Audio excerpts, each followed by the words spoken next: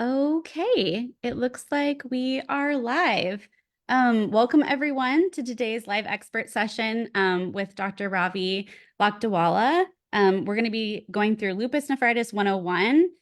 Dr. Lakdawala is a nephrologist, so he's definitely the authority to help walk us through this topic. If you have any questions, make sure to drop them in the comments or send us a direct message on any of our social channels, and we'll ask your questions anonymously on your behalf. And with that, I'll let you dive in and introduce yourself to the community. Thank you so much. My name is Ravi Lakdawala. I'm a private practice nephrologist in Los Angeles. I work closely with the patients here in the West LA, Beverly Hills, and um, Los Angeles area. And I primarily work out of Cedars-Sinai. So today's talk, we're going to be talking a little bit about the basics of kidneys, the involvement of lupus nephritis in the kidneys, and then go very basic into some of the treatment modalities that we use when someone is diagnosed with lupus nephritis. So um, hopefully if anyone has any questions or needs any clarifications, definitely please leave a question at the end, and I'll hopefully be able to answer it for you. So just to kind of go over, the overview again, we'll first get into some of the basics of kidneys, then talk about lupus in the kidneys, and then go into some of the treatment basics. Um, so our kidneys are two organs that are sitting kind of high up in the back, really abutting the diaphragm, one abutting the liver, one abutting the spleen.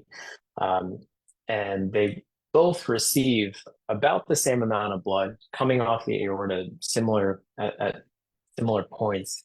And so anytime something is affecting the kidneys, it will affect both of the kidneys almost equally. And so what does the kidney do? Well, it's the main cleaning organ of the blood. The liver being the other one, but the kidney sees about 30 to 40% of all the blood that comes out of the heart. And so it's really, really important to make sure that you stay really hydrated in order to make sure that blood actually gets to the kidneys. Out of some of the major functions that the kidneys do, the big one being they clean out the toxins out of your body. So whenever you eat anything, it gets broken down. All that stuff gets broken up into toxins and waste products, as well as all the stuff that your body needs. And your body will get rid of the waste products in part through the kidney. It'll also help to maintain electrolyte balance, such as potassium, magnesium, sodium balance, phosphorus, you name it. If it's an electrolyte in your body, your kidney is responsible for getting rid of it at the most minute levels.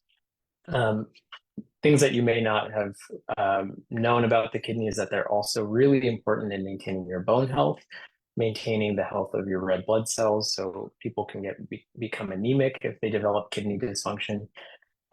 It helps to maintain your blood pressure at normal levels. And there's also actually some endocrine effects in terms of getting rid of insulin out of the body, as well as providing the body with a little bit of sugar, something called gluconeogenesis, when there's not enough sugar in the body. When we break down the microscopic portions of the kidney, we get to the nephron. And there's about 1 million of these nephrons in each one of the kidneys. And it consists primarily of a filter that's at the very, very top left of the screen. And blood flows into that filter. That's where the process of creating urine starts. And then whatever doesn't get created into urine and it stays in the bloodstream then goes back into the blood vessels, back into the regular circulation. So your kidneys are working 24 hours a day, 7 days a week, but very, very slowly, and only parts of the blood are getting cleaned at any one time.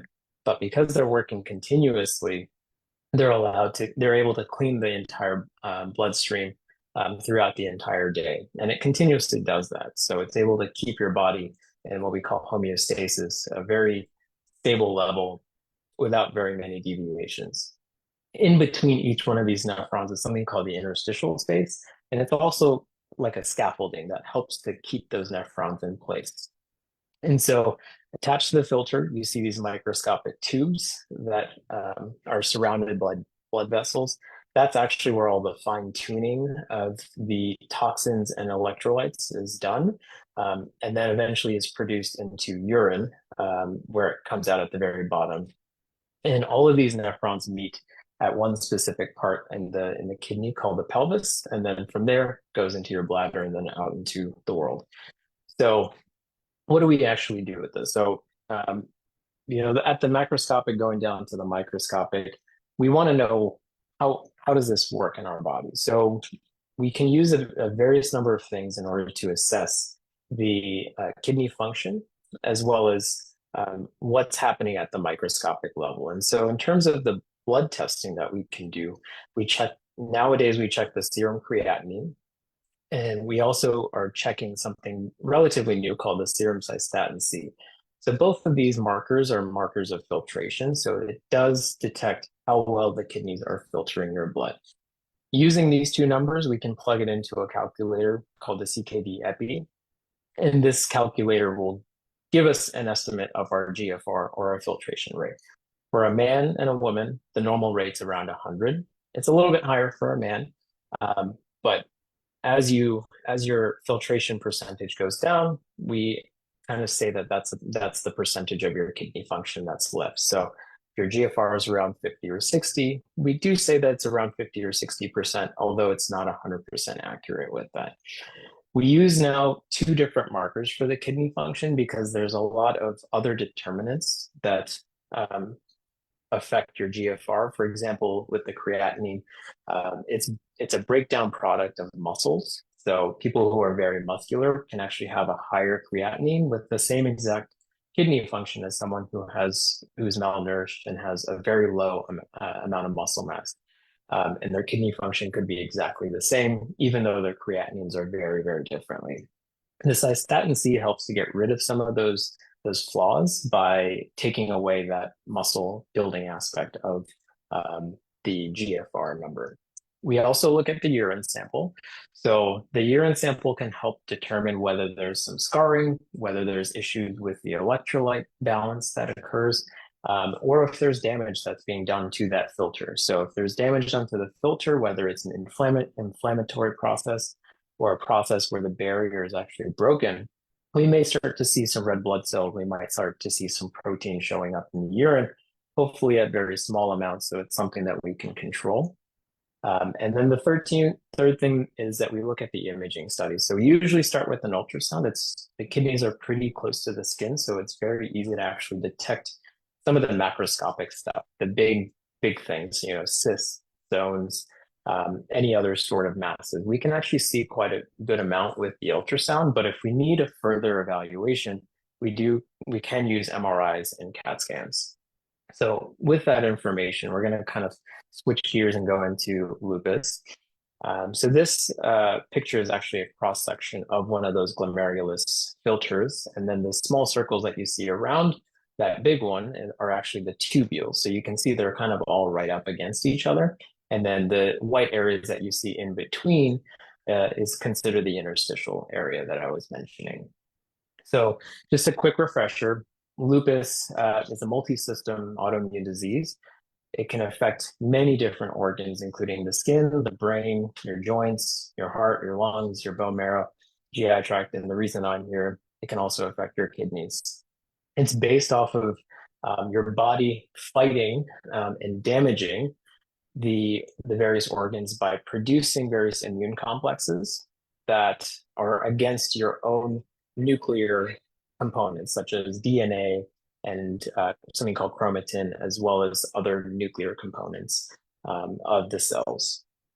So what is lupus nephritis? Well, unfortunately, it is one of the most severe manifestations of lupus. We see this occur because, as I had mentioned before, there is a lot of blood flowing and continuously flowing through the filters in those microscopic tubes. And in the bloodstream, you can see these immune complexes as a result of lupus, and those get shoved into the spaces in the filter as well as inside the cells to then start activating inflammation and then destroying the various areas of those filters and the barriers involved there. Unfortunately, each flare of lupus nephritis does lead to a loss of nephrons. So it's something that we want to try to diagnose and screen very early on to prevent that loss of nephron. In general, 25 to 50% of patients who are diagnosed with lupus will have some evidence of kidney problems right at the start of being diagnosed with lupus. During the course of lupus, up to 75% of adult patients can actually develop kidney dysfunction at some point. And we do typically see worse outcomes with Black patients, Hispanic patients, and Asian patients. So those are patients that we definitely do want to focus on when we see a diagnosis of lupus. Um, and this is both with mortality, meaning causing death, and morbidity, which is causing overall sickness and illness as a result of lupus nephritis. There are actually patients whose presenting symptom of lupus is lupus nephritis, and those patients, we have to be very aggressive so that they don't develop complications. So the spectrum of diagnosis and presentation varies pretty drastically. You might see nothing at all, and we may just see some very small amount of red blood cells or protein in the urine. We might see high blood pressure and nothing at all, nothing else at all. We might see a lot of blood and a lot of protein, and we can actually see all the way up to kidney failure, even at the diagnosis. So even if you don't have any symptoms of kidney disease or any evidence of kidney disease, we recommend screening the urine sample and the blood samples for those markers at least on diagnosis and then at least yearly afterwards. Now, if you've had the diagnosis, that screening guideline goes out the window, and we actually check much more frequently because there needs to be monitoring done. Just because you have lupus and have elevated kidney function issues or kidney dysfunction issues, we have to make sure to rule out anything that's non-lupus related. So any medications, any other dehydration types of issues. There's a lot of other factors, infections being another one, that we have to make sure that those aren't causing the kidney problems, that in order to make sure that we treat you properly. Depending on what we see in terms of the blood tests and the urine test, we do have to consider doing a kidney biopsy in order to get a true diagnosis, whether you have lupus nephritis or not, because of the severity of the disease and the risk of sickness in the long term. So the things that we worry about in terms of causing progression of lupus nephritis or progression of kidney disease in the setting of lupus. So nephron endowment, that means that your body is given about 1 million nephrons when you are born in each kidney. And if you are born premature or small growth rate, then you actually are given fewer nephrons. And those nephrons will have to work a little bit harder and harder in order to survive through their entire lifetime. And so the other thing that can occur is this thing called single nephron hyperfiltration. So if you do develop some level of dysfunction, and let's say instead of 1 million nephrons in each kidney, you're down to 800,000 nephrons in each kidney, those 800,000 nephrons are going to try to do the work of 1 million nephrons. In the short term, that's fine. But unfortunately, over a long, long period of time, those 800,000 are going to start burning out and start to get scarred up to the point where you now have even fewer nephrons that are going to be trying to do the work of even more nephrons. And so over time, it can accelerate how fast the kidney disease progresses. The disease activity itself and the number of flares that you may have from lupus and lupus nephritis can also increase the progression of your disease. There's some other genetic factors that can drive chronic kidney disease progression, especially those related to blood sugar and blood pressure issues. And then, of course, toxicity of medications and any exposures could also increase your risk of progression. So in terms of the screening, I kind of mentioned some of these things before, but want to check your blood test specifically to look at the eGFR, the glomerular filtration rate. We want to look at the urine sample, looking for blood in the urine and protein in the urine. And we do have some specific cutoffs for both of those. So for protein in the urine, if we see at least 500 milligrams of protein in the urine, that will set off all of the alarms to say we need to look a little bit further into whether there's lupus nephritis or not. And so when we want to get the standard of how to diagnose this, we want to do a kidney biopsy. We typically go in with a small needle, not me, but at Cedars, it's usually an interventional radiologist who will place a needle through your back into the lower pole of the kidney, and they take a very, very small sample out. It's usually somewhere between 10 and 20 of the nephrons. So it's a very, very small sample, but it's representative of what's going on in the entire kidney. And based off of that kidney biopsy, um, we can typically get a good answer as to what's going on. So how do we define lupus nephritis? Well, we have six different classes of lupus nephritis, um, ranging from class one to class six. So class one and class two, we typically don't ever see on the biopsies, mostly because those don't show a significant amount of protein or red blood cells. So it probably won't set off any alarms when you're doing your screening, and many people can actually have class one or two without ever actually um, getting a biopsy or having that fully diagnosed. The biopsy classes that matter the most for us are going to be class three and four, which are it's placing those immune complexes of lupus in different portions of the filter, the glomerulus, but at certain amounts. So in class three, it's less than 50% of the sampled filters, and in class four, it's more than 50% of those sampled filters. Class five is actually a different type of immune process. We call it membranous nephropathy, but it involves the placement of those immune complexes in a different portion of the filter. Um, and then you get to class six, which is actually when out of the sample that we have, you have more than 90% of the filters being scarred. So outside of the diagnosis, once we get that, we have to go into treating this because we want to be very aggressive in treating if a diagnosis of lupus nephritis comes about. So our main goals are to achieve rapid remission of active disease. We want to prevent any flares of kidney and lupus nephritis in the future. Want to prevent the progression of chronic kidney disease and progression to end-stage kidney disease. Want to reduce morbidity and mortality, sickness and death.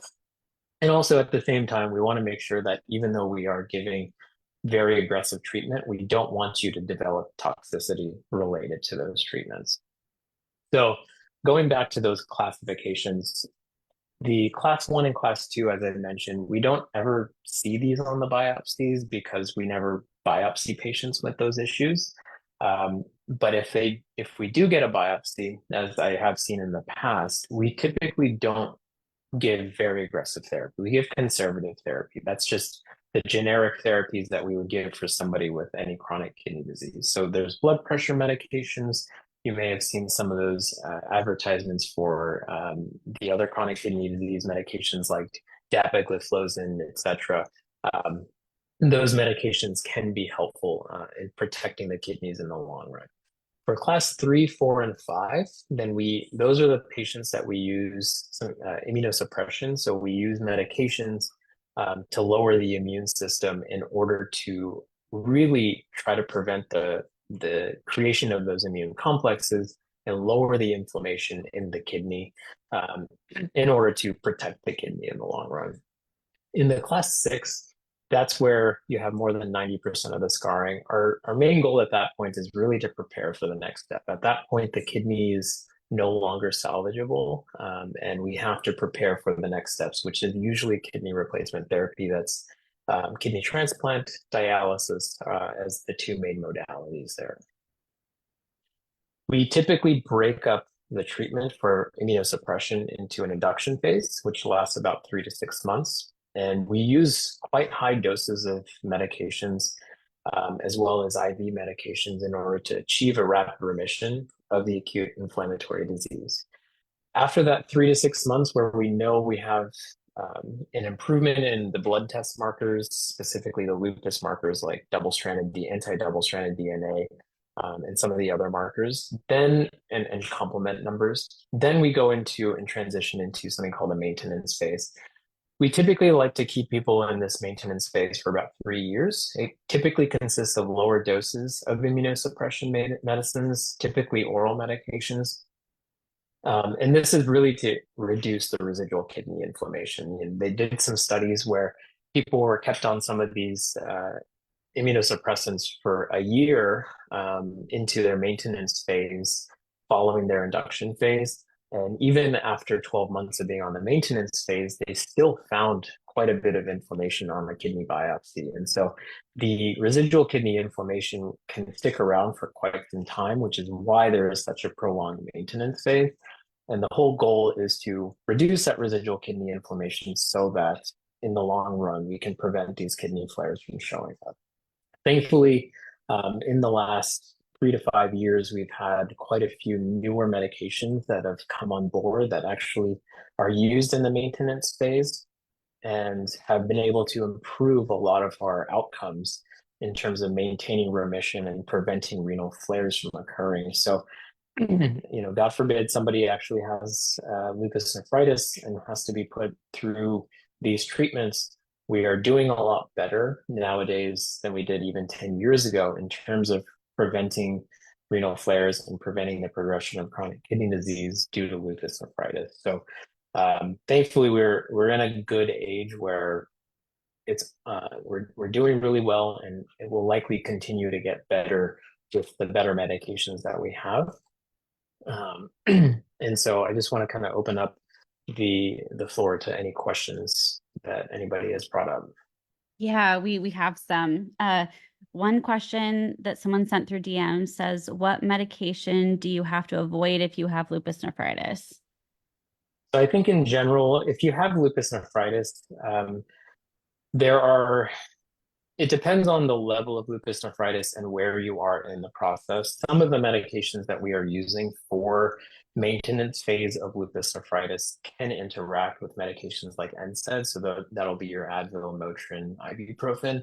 Okay. Those medications, especially when they're used continuously and at relatively high doses to reduce inflammation, can contribute to reduced blood flow and actually inflammation in the kidneys as well. So that's probably the biggest category, especially over-the-counter medications that I would avoid. Okay. Because people also have high blood pressure, may have high blood pressure with lupus nephritis, we do recommend avoiding, especially during cold and flu season, using some of the decongestants that are out there because those can worsen some of the high blood pressure that we see. Okay. And then, are there foods you're not supposed to have if you're developing lupus nephritis? From my perspective, no. The biggest thing that we typically recommend against is a high salt diet. So typically, a reasonable salt to low salt diet can actually reduce some of the pressures inside the kidney. So that can actually improve some of the protein that comes out in the urine. Oh, Besides that, the we don't recommend any sort of low protein diets or low potassium diets. Everybody's diet's going to be individualized depending on what their kidney function and what their lab values are.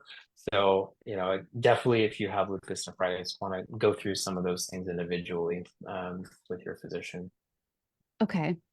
I think you covered this in your testing slide, but do you always do you always have blood work that shows you have lupus nephritis, or can your AST be normal the whole time? So the AST is actually related more to the liver. So if you have lupus nephritis, you could have a completely normal AST where you have pretty high creatinine numbers, high stat C numbers. We actually also look at the complements, which are complement 3, complement 4, C3, C4.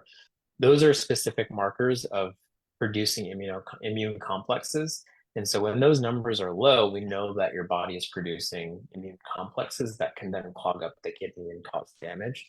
So the ASTM, I think it's a good value if we're looking at liver dysfunction, but it does not pertain too much with the kidneys. Okay. And then someone asked, is there a home urine test that can help look at the protein in your urine? So I think there are some home urine dipsticks that you can order off of just off of Amazon, actually. They can give you some level of albumin in the urine, which is the primary protein that we look for. They only have like 2 or 3 levels, so it's typically 1+, 2+, or 3+ in terms of how much it is. So I think the 1+ is between 30 and 300 milligrams. The 2+ is between 300 and 1,000 milligrams, and anything above 1,000 milligrams is considered 3+ on there. They're not super, super accurate, but it definitely can be a good screening test if you're concerned about it. I know a lot of people always get worried when they see extra bubbles in the urine because that is a sign that can be a sign that there is protein in the urine, but it's not 100% specific for that. So I think if there is some concern, either ask your physician or even get one of those home dipsticks, and you can dip your urine in that, dip the stick into the urine to see if there's any sort of albumin showing up. Oh, perfect. Thank you so much. It looks like I'm just going to check and make sure that was all of the live questions that were being asked, but I think would a diagnosis of chronic inflammation with paracalcial fibrosis, focal region, I think this might be a little bit too specific, with interstitial fibrosis lean toward a lupus nephritis diagnosis? I think we have to look. So the one of the main ways that we diagnose lupus nephritis based off the biopsy is under immunofluorescence. We actually look to see if there is presence of a bunch of different antibodies, so and immunoglobulins, so immunoglobulin G, A, and all of these antibodies typically have to be positive in order to be confirmed as a diagnosis of lupus nephritis. And then the involvement of the actual glomeruli. So just having tubular interstitial fibrosis or fibrosis elsewhere may not necessarily be a sign of lupus nephritis, but could be a sign of potentially medication-induced damage or something else.